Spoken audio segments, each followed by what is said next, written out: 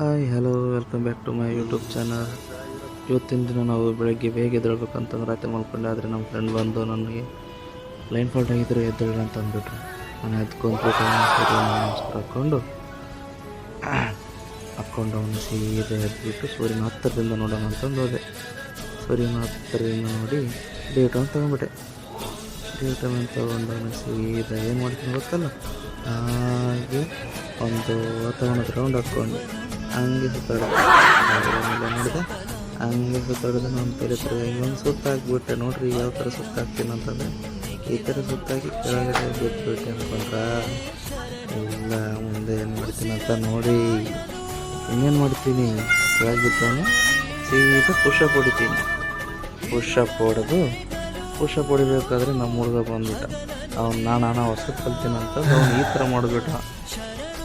ಏನು ಮಾಡ್ತಾನೆ ನೋಡ್ತಾ ಇರಲ್ಲ, ಈ ಥರ ಮಾಡಿಬಿಟ್ಟು ಮತ್ತೆ ಈ ಥರ ಒಂದು ಹೇಳ್ಕೊಟ್ಬಿಟ್ಟ.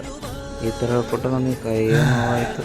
ಇನ್ನು ಕೈ ನೋವಾಯಿತು ಅಂತ ಅನ್ಸಿದೆ ಅವನು ಬ್ರಷ್ ಮಾಡ್ಕೊಳಕ್ಕೆ ಹೊರಟೆ. ಬ್ರಷ್ ಮಾಡಿಬಿಟ್ಟು 2 ಹನಿ ತಿಂದ್ಬಿಟ್ಟೆ.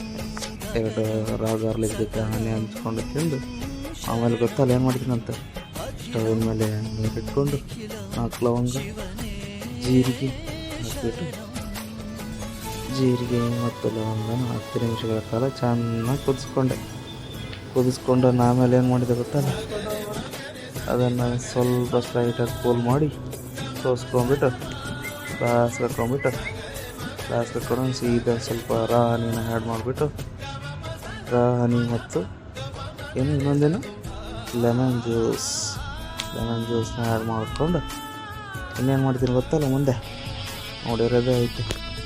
ಅದನ್ನು ತಿರುಗ್ಕೊಂತ ಕುಡಿಯೋದು. ಬನ್ನಿ ಕುಡಿಯೋಣ, ಆ ಥರ ತಿರುಗ್ಕೊಂತ ಕುಡಿಬೇಕಂತ ಹೇಳ್ಕೊಡ್ತೀನಿ. ತಗೊಂಡ್ಬಿಟ್ಟು ಗ್ಲಾಸ್ ಒಳಗೆ ತಿರುಗೋದು ಕುಡಿಯೋದು ಇಷ್ಟ ಮಾಡಿಬಿಟ್ಟು ಇನ್ನು ನೆಕ್ಸ್ಟ್ ಇದಾದ್ಮೇಲೆ ಏನಂತ ಗೊತ್ತಲ್ಲ, ಸೀದಾ ಹೋಗಿದ್ದೆ. ಇನ್ನೇನು ಕುಡಿದ್ಬಿಟ್ಟು ಆಫೀಸ್ ಹೋಗ್ಬಿಟ್ಟಲ್ಲ, ರೆಡಿ ಆಗೋಕ್ಕೆ ಹೋಗಿದ್ದೆ. ನಾನು ಏನೋ ಮಾಡ್ಕೊಂಡು ಆಫೀಸ್ಗೆ ರೆಡಿಯಾಗಿ ಹೋಗಿದ್ದೆ. ಸೀದಾ ನಮ್ಮ ರೂಮ್ ಬಾಗಿಲು ಹಾಕ್ಕೊಂಡು ಕೆಳಗಡೆ ಹೋಗ್ಬೇಕಲ್ವ, ಅದಕ್ಕೆ ರೂಮ್ ಬಾಗಿಲು ಹಾಕಿದೆ. ಅಲ್ಲಿಂದ ಸೀದಾ ಕೆಳಗಡೆ ಹೋಗಿ ರೂಮ್ ಬಾಗಿಲು ಹಾಕಿಬಿಟ್ಟು ಚಾವಿ ಹಾಕಿಬಿಟ್ಟು ಸೀದಾ ಅಲ್ಲಿಂದ ಕೆಳಗಡೆ ಹೋಗ್ಬಿಟ್ಟು ಕೆಳಗಡೆ ಹೋದ್ರೂ ಹೀಗೆ ಬೈಕಿಗೆ ಕೀ ಹಾಕಕ್ಕೆ ಬರ್ತಾನೆ. ಅದಂಗೆ ಆಗಿಬಿಟ್ಟೆ. ಮತ್ತೆ ಅದನ್ನು ಸೀದಾ ಆನ್ ಮಾಡ್ಕೊಂಡು ಹೊರಟಿದ್ದು ನಾನು. ನಮ್ಮ ನಡೆ ಆಫೀಸ್ ಕಡೆ ಅಂತ ಆಫೀಸ್ ಕಡೆ ಹೊರಟಿದ್ದೆ.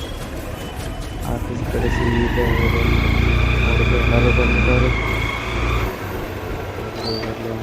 ಅದು ನೋಡಿಬಿಟ್ಟು ಎಲ್ಲರಿಗೂ ಮಾಡ್ಕೊಂಡು ಸೀದಾ ಆಫೀಸ್ ಕಡೆ ಹೋಗಿ ಅಲ್ಲಿ ಬೈಕು ಮತ್ತು ನಾವು ಇಬ್ಬರು ಸ್ಟ್ಯಾಂಡ್ ಆಗೋ ಸಮಯ ಬಂತು.